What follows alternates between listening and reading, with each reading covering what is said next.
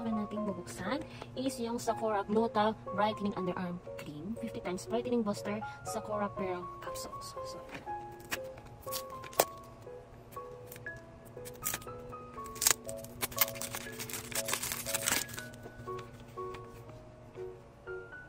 natin.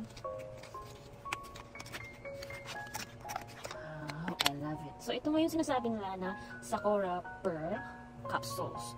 So, ito yung nagpapa-whitening sa ating underarm. So, this day, ito po yung itatry ko kung legit po ba talaga na nakakaputi po ito ng underarm natin. So, ito po yung Sakura Gluta Brightening Underarm Cream. So, ang susunod naman natin bubuksan is yung Sakura Gluta Deodorant Spray. So, ang una kasi natin ilalagay sa ating kilikili is itong may Sakura Pearl. Tapos, patuyuin lang. Then, after, itong deodorant spray. Para hindi mangamoy yung ating kilikili. Hindi mangamoy na bad odor. So, buksan na natin. So, ito na nga. Yung ating deodorant spray. Sa Sakura. So, maglalagay na po tayo. So, ito pala yung kilikili ko. Nangingitim pa talaga kasi ang dami ko po talagang ginagamit sa aking kilikili. Yung una kong ginamit is yung NRB. Pero, hindi niyang sa akin. So, nag-change ako.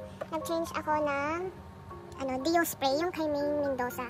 Pero parang nag-iiba kasi. Parang hindi masyado. So, iwan ko lang. Dito na ba? So, ito po yung kilikili ko nung gumamit ako ng Deo spray. So, kakatubo lang ng aking buhok sa kilikili.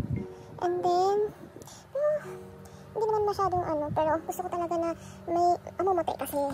Kaya ganito kasi, namataba na ako. Kaya ganyan. So, ayan, maglalagay tayo. So, mga dalawa ko na itong ay, dali pala. Okay. 1, 2. So, itatlo ko para, diba? 3. Ayan. Ayan, pa-circle ko siya.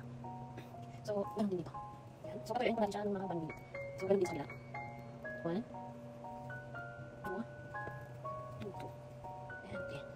Pero kung feel nyo na parang nakakatipili mo, huwag mo ituloy kasi manong piliin mo. Sa akin naman, isang na kasi. Hindi pa natin, siguro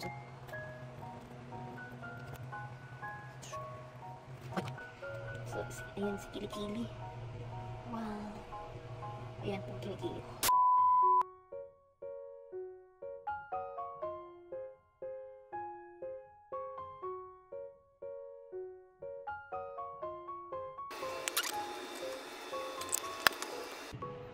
My God.